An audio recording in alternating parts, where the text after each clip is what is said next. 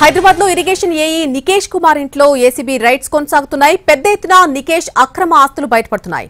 Market విలువ ప్రకారం చూస్తే 200 కోట్లుంటుందని ఏసీబీ అంచనా వేస్తోంది. 3 ఫామ్ హౌస్లు 3 విల్లాలకు సంబంధించి పత్రాలు స్వాధీనం చేసుకున్నారు. హైదరాబాద్ చుట్టుపక్కల పెద్ద ఎత్తున ఎకరాల కొద్దీ భూముల పత్రాలు, ఇంట్లో భారీగా బంగారు ఆభరణాలు స్వాధీనం చేసుకున్నారు. 20 చోట్ల తనిఖీలు నిర్వహిస్తున్నారు ఏసీబీ అధికారులు.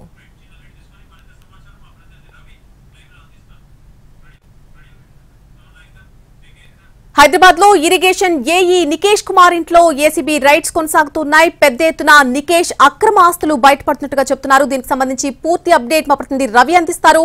రవి, నల్లి అతిపెద్ద అవినీతి తిమింగలాన్ని పట్టుకున్నారు ఏసీబీ అధికారులు. దాదాపు 300 కోట్ల రూపాయల వరకు ఆస్తులు అక్రమంగా కూడబెట్టినట్లుగా కూడా ఇప్పటికే ఏసీబీ అధికారులు కూడా గుర్తించారు. నికేష్ కు సంబంధించి మొత్తం 33 చోట్ల సోదాలు జరుగుతున్నాయి. తెలంగాణ రాష్ట్ర వ్యాప్తంగా వాళ్ళ బంధువుల ఇళ్లలో కూడా సోదాలు జరుగుతున్నాయి. బంధువులు, బినామీల పేర్లతో కూడా ఆస్తులను కూడబెట్టినట్లుగా ఏసీబీ గుర్తించింది. 6 నెలల క్రితం రెడీల్స్ లో ఉన్నటువంటి ఇరిగేషన్ కార్యాలయంలో సోదాలు నిర్వహించగా ₹1,00,000 లంచం తీసుకుంటూ ఈతో పాటు నికేష్ కూడా పట్టుబడ్డాడు. ఈతో పాటు అప్పుడు ఏఈగా ఉన్నటువంటి నికేష్ కూడా పట్టుబడ్డాడు. ఆ టైంలోనే పట్టుబడ్డటువంటి అధికారుల ఆస్తులపైన, అదేవిధంగా వాళ్ళ హిస్టరీ పైన అంతా కూడా ఏసీబీ అధికారులు విచారణ జరపగా ఏఈ నికేష్ కుమార్ పెద్ద ఎత్తున ఆస్తులు కూడబెట్టినట్లుగా గుర్తించారు, అక్రమంగా ఆర్జించినట్లుగా గుర్తించారు. గతంలో వరంగల్లో ఫస్ట్ పోస్టింగ్ ఈయనకు లభించింది. 2014లోనే తను ఉద్యోగంలో చేరాడు. తక్కువ కాలంలోనే పెద్ద ఎత్తున అక్రమంగా ఆస్తులు కూడబెట్టాడు. ప్రస్తుతం మనం బండ్లగూడ జాగిర్ పరిధిలోనే ఒక గేటెడ్ కమ్యూనిటీలో ఉన్నాం. ఇక్కడే తను ఒక ఫ్లాట్లో అద్దెకుంటున్నాడు. ఆ ఫ్లాట్లో కూడా సోదాలు నిర్వహిస్తున్నారు. మొత్తం పెద్ద ఎత్తున నగలు, అదేవిధంగా బంగారు ఆభరణాలతో పాటు పలు కీలకమైనటువంటి డాక్యుమెంట్లు కూడా స్వాధీనం చేసుకుంది ఏసీబీ. అదేవిధంగా హైదరాబాద్ శివారు ప్రాంతాల్లో మొత్తం 3 ఫామ్ హౌస్లు కూడా ఉన్నట్లుగా ఏసీబీ అధికారులు గుర్తించారు. అదేవిధంగా ఎకరాల కొద్ది ల్యాండ్ బ్యాంకు కూడా ఉన్నట్లుగా గుర్తించారు. ఇప్పటికే ప్రస్తుతం సోదాలు నిర్వహిస్తున్నటువంటి ప్రకారం 300 కోట్ల రూపాయలకు పైగా ఆస్తులను ఇప్పటికే ఏసీబీ గుర్తించింది. ఇంకా బినామీల పేర్ల మీద ఏవేవి ఉన్నాయి, లేకపోతే కుటుంబ సభ్యుల మీద ఉన్నటువంటి ఆస్తులు ఏవేవి అనే దానిపైన కూడా ఏసీబీ విచారణ ఇంకా కొనసాగుతోంది. 6 నెలల క్రితం పట్టుబడ్డటువంటి కేవలం ₹1,00,000 తీసుకుంటూ పట్టుబడినటువంటి ఏఈ పైన పూర్తిగా విచారణ జరపగా దాదాపు 100 కోట్ల కొద్ది ఆస్తులు బయటపడతా ఉన్నాయి అక్రమంగా ఆర్జించినట్లుగా. ఆ గతంలో ఇరిగేషన్ కార్యాలయంలో పట్టుబడ్డట్టు మొత్తం 3 పట్టుబడ్డారు. అందులో ఈఈ కూడా ఉన్నాడు. ఈఈతో పాటు ఏఈగా ఉన్నటువంటి నికేష్ కూడా ఉన్నాడు. ఏఈ నికేష్ గా ఉన్నటువంటి వ్యక్తే మధ్యవర్తిత్వం చేసి అక్కడికి తీసుకొని వచ్చాడు. ₹1,00,000 ఈఈకి ఇప్పించాల్సిందిగా కూడా చెప్పినట్లే అప్పుడు విచారణలో తేలింది. అయితే నికేష్ కుమార్ గత ప్రీవియస్ హిస్టరీ ఎక్కడెక్కడ వర్క్ చేశాడు అనేది మొత్తం ఎంక్వైరీ చేయగా ఎక్కడ చూసినా కూడా అవినీతికి పాల్పడినట్లుగానే గుర్తించాడు.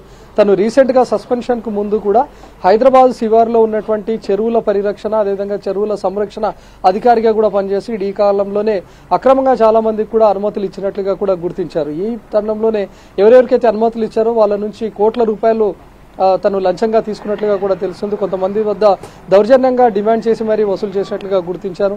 దాదాపు హైదరాబాద్ లో పనిచేసినటువంటి తక్కువ కాలంలోనే 100 కోట్ల కొద్దీ తను అక్రమంగా ఆస్తులు కూడా పెట్టాడు.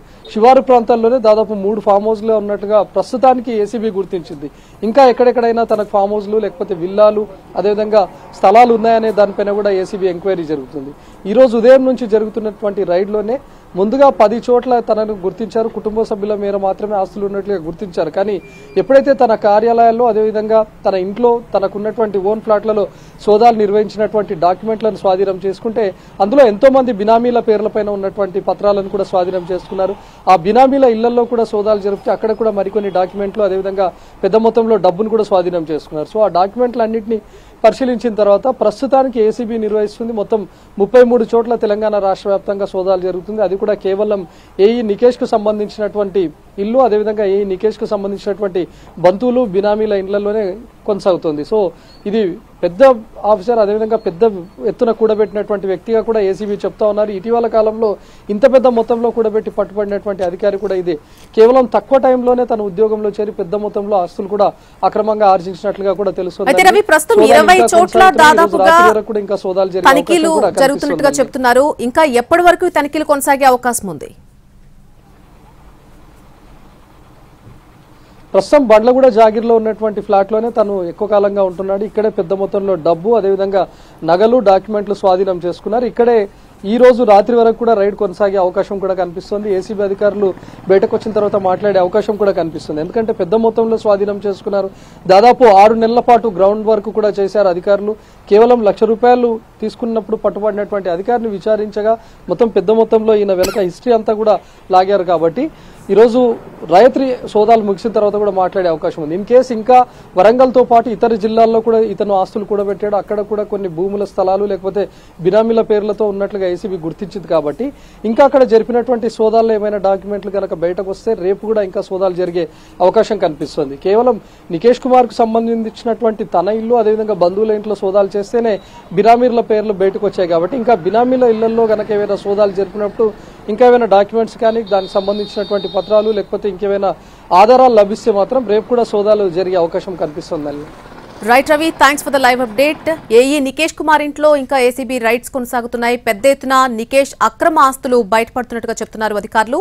ఇప్పటికే దాదాపు 300 కోట్లకు పైగా ఆస్తులను ఏసీబీ గుర్తించింది. 3 ఫామ్ హౌస్లు 3 విల్లాలకు సంబంధించిన పత్రాలను కూడా ఇప్పటికే స్వాధీనం చేసుకున్నారు.